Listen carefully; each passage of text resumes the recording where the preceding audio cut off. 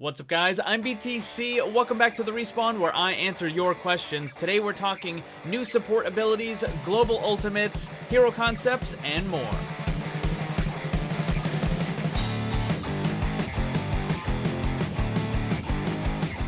Let's get started. Do you think Blizz will use Paris as the Archives event map? I mentioned this in my previous video. Yes, I think there's a really good chance. It takes a long time to make these maps, and if Blizzard can double dip and use it in an event, then yes, they're going to. Do you think they will add a new hero to go with the Paris map if it were to be a map for the Archives?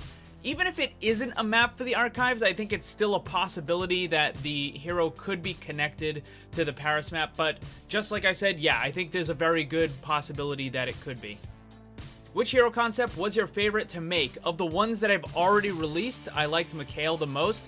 However, some of the new ones I like even better, and the one that's coming up this week on Wednesday is really awesome. I particularly like that one. The Priest class in WoW has an ability called Leap of Faith where they pull a friendly target to their location. Could an ability like that work in Overwatch? Could it functionally work? Yes. Would they want to include it? I don't know. Probably not. I've thought about something like that for my support hero concepts as well. The problem is, it's really easy for that ability to go really badly. Now, obviously, it can be used to grief. You stand near a cliff and you grab your teammate and you just pull them kind of off the edge, like what you would do with a Roadhog. Or maybe you just jump off the cliff yourself and then you use the ability and it pulls them with you. But even if you're excluding all of the potential griefing stuff, I think it still can be really problematic because let's say you have a Pharah or a Reaper or somebody on your team who's using their ultimate and you hit the button and you pull them towards you. Well, now their ultimate just got completely wasted. Or it couldn't even be them. It could be Genji or really a whole bunch of characters. So yes, I think it would be really cool. I think it has way too much potential to just be really bad though. Best counter to Reaper in the lower tiers. You're going to want to use McCree. Save your stun, wait till he gets close, stun, fan the hammer, Reaper is done. Do you think global ults would work? Like for instance, in instant 100 armor or 200 health? Alright, so there's already a global ult in the game. It's for Widowmaker. The thing is, global ultimates are really strong. So you have to be very careful when balancing it. I think if you were to just give everybody armor or extra health or something, that would be way too strong. You would have to find a way to do something else that can function for your team and kind of help them in the global thing, but it doesn't actually just like crank up their survivability or their damage all of a sudden suddenly. So that's why Widowmaker's kind of infrared works. What type of hero do you think Overwatch needs the most in its current state? More healers, more tanks, and when I say tank, I mean an actual tank with barriers or with damage mitigation to your teammates and that sort of stuff. But specifically, I think more anti-healing abilities need to be in the game, because that's one of the main reasons why Goat's comp is so strong, because there's just a massive amount of area effect healing, and there's not much you can do to stop it. Ana's Bionade just isn't enough in order to deal with all of that stuff, so more anti-healing is what I think needs to be added to the game. What if Sombra's EMP also hacked guns? That would be way too strong. I've seen this suggestion before.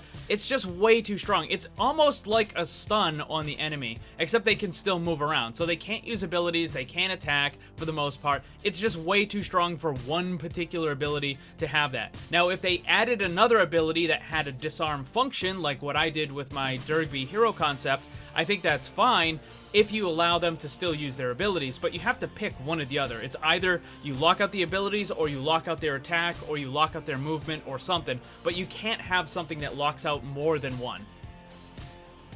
Where do I need to position as Genji in enemy backline or with my tanks and healers and poke enemy tanks to charge ult? Alright, so with Genji and Tracer, you don't really want to stay right with your team. But the problem that inexperienced players make is they try to attack on their own. You still have to attack with your team, you just attack from a different angle. You attack from the flank or from behind. So the problem, like I said, is they go in the enemy backline and they try to do this Rambo mission where they just start attacking, and the rest of your team isn't prepared, or they're still running back from the spawn or whatever it is, and you just get destroyed. So you have to wait until your entire team is ready to start the fight, and then you engage. You just hit from a different side. So yes, you want to fight with your team, but from a different angle. What's the hardest achievement to get in the game? Either the Doomfist Ultimate or the Zenyatta Discord one. They're both super difficult to get, and they're largely based on luck, which is kind of annoying. What games do you play in your free time? Nothing. I don't play any games. I have no free time. I work like 12 to 14 hours a day every day. I haven't even done my placements for this season of the competitive ladder. And it's been like, what, a month that we've already been in this season? So it's, yeah, I don't have free time. I'm trying to play Symmetra and Sombra in 3300 SR. Any tips? Symmetra is probably not a good pick unless you're on something like Hanamura Attack, where you can just kind of, you know, throw the teleporter onto the point and have your team rush in. That's kind of like a free capture point. A lot of times the defenders don't even know what to do. But you can also try to run like the Bastion Orisa thing. But the thing is, once you get into the higher rank, that is not going to work all that well, because it worked at the initial when people first started doing it because nobody knew how to counter it. But now everyone in the higher ranks knows how to counter it, and it just gets destroyed really easy. So you probably don't want to run Symmetra all that much. For Sombra, the most important thing you can do is to give your team information. Tell them where the enemies are hiding. Tell them, you know, what the ultimate charges and stuff are once you know, if you get the little notifications and stuff when it pops up after you have someone hacked or EMP'd and you can see their ult charge is ready. Let them know that stuff. Also, you want to do kind of a countdown when you do your EMP or when you're hacking the enemy Reinhardt. Information is probably the single most important thing a Sombra player can give to their team. And if you're not providing that, then you're just losing out on a massive amount of stuff. Why do people hate 2 capture point? I think mostly it's because it just turns into a stall fest on the second point, where you just have the enemy defenders just constantly trickling out, and it just drags on and on and on and on. It's not particularly fun. Why do people hate goats so much? Probably because it's just the same thing over and over again. And any meta that is so unbelievably dominating where it's just the same thing, it gets boring, and people want some variety in the hero picks. But when you have a particular team comp that's just so overwhelmingly powerful and you kind of have to use it, it gets really dull really fast. If there was more counters to it, then it would be good. There was counters when Doomfist was still being used, but once they nerfed him into the ground recently, that Doomfist Sombra counter that you were running to counter the goats just doesn't work anymore because they nerfed Doomfist into the ground. So now there's even less counters to goats. So people just get tired of seeing the same meta over and over for months at a time. I have a friend who's trying to progress with Winston in comp. He's around platinum rank. Wondered if you could give him any tips. A couple of things. First, you shouldn't be trying to dive into the enemy team by yourself. You should always have a Diva, a Genji, Tracer, something going with you. Second, you don't want to jump into a group of 3 or 4 enemies, because even though Winston's a tank and he has a barrier and lots of health, they're still going to destroy you. And I see a lot of people do that. They just jump right down into the middle of like 3 or 4 enemies, and then they get annihilated. Don't do that. You want to hit the stragglers like the Zenyatta, the Hanzo, who are kind of off by themselves. Go after those guys instead. Also, you don't have to use your barrier immediately when you land. This is another mistake that a lot of inexperienced Winston players do. So when they jump in, they immediately use their barrier, and then it gets destroyed or the cooldown runs out on it, and they don't have their leap ability back yet, and they end up taking too much damage and they die. Not dying is probably the most important thing you can do with really any character, but Winston in particular. So when you jump on the enemy, wait until they start turning around and focusing you and actually doing damage, then drop your barrier, let it absorb the damage, and by the time the shield is about to break, your leap will be back off a cooldown, and then you can leap out and back to safety, and then you can just kind of reset the whole thing. How does damage boost work with ult charge? For most characters, you get ultimate charge based on how much damage you do.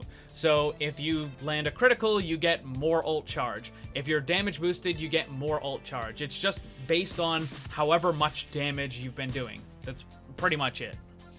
What's the problem with Bastion? Is it the lack of mobility? It's not so much the lack of mobility, because there are plenty of characters that don't have a sprint or a dash or a leap or anything that do just fine. But with Bastion, you're kind of forced to be stationary. Like, the most optimal situation is for him to be in his sentry form. Now even more so because they changed the way the attack works, where it actually lowers the spread the longer you're staying in sentry and you're attacking. So now they incentivized you staying in that sentry form and being stationary. So one, that's a problem, and two, Bastion as a character is just unbelievably easy to counter, especially with Sombra. What about switching places with an enemy ability? I think this would be really cool. There's something in Dota 2 that Vengeful Spirit has. It's essentially what you're talking about, except Vengeful Spirit can swap with teammates and enemies alike.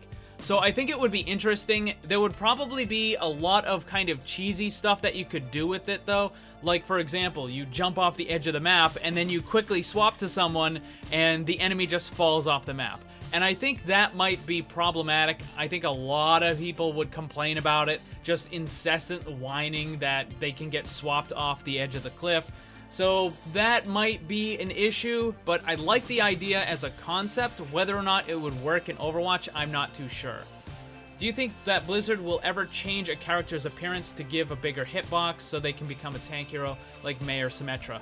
I don't think they would ever do that. I don't think they're going to change the basic design of a character, at least from an appearance standpoint. They'll change the abilities and stuff all day long, but I don't think they're ever going to change the way the characters look and change the hitbox as a result. And yes, I'm still working on the frequently asked questions video. There's some stuff that I wanted to include that take a little time.